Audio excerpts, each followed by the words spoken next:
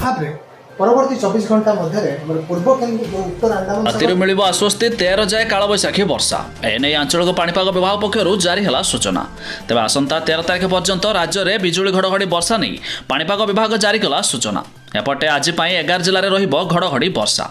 आसतु संपूर्ण अपडेट जाना ता पूर्व वीडियो को लाइक करूँ सब्सक्राइब करनथिले एबे सब्सक्राइब कर पाखर थिबा घंटी चिन्ह को दबाई दिंतु।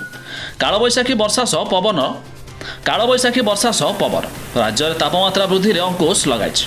आसंता 13 तारिख जाए राज्य में कालबैशाखी वर्षा रहिबो। पागरे परिवर्तन आसिबो। 24 घंटा पर पारद बढ़िबो। परवर्ती 3 दिन मध्य तापमात्रा 2 ରୁ 3 डिग्री वृद्धि पाइब बोली भुवनेश्वर पाणीपाग विभाग केन्द्र पक्षर कहुई। तेज आसंता 11 तारिख पर्यंत पुरी खोर्धा नयागढ़ सुवर्णपुर बौद्ध नुआपड़ा बलांगीर कलाहांडी कंधमाल नवरंगपुर और रायगढ़ जिलार गोटे 2टी स्थान में बिजुली घड़घड़ी सह झड़ वर्षा संभावना नहीं येलो वार्निंग जारी कराई। तेज गत 24 घंटा मध्य नुआपड़ा सर्वाधिक 31.4 millimetre, Dhenkanal 27.2 millimetre, Bhubaneswar 24.4 millimetre और छत्रपुर 22 मिलीमीटर वर्षा रेकर्ड कराई। आज 11 जिला को पाणीपाग विभाग पक्षर येलो वार्निंग जारी कराई। पुरी खोर्धा नयागढ़ सोनपुर बौद्ध नुआपड़ा बलांगीर कलाहांडी कंधमाल नवरंगपुर और रायगढ़ को येलो वार्निंग जारी कर पाणीपाग विभाग। समस्त जिले में हल्का रू मध्यम धरण वर्षा सह स्थान स्थान बिजुली घड़घड़ी वर्षा सह कुआपथर माड़ संभावना रही।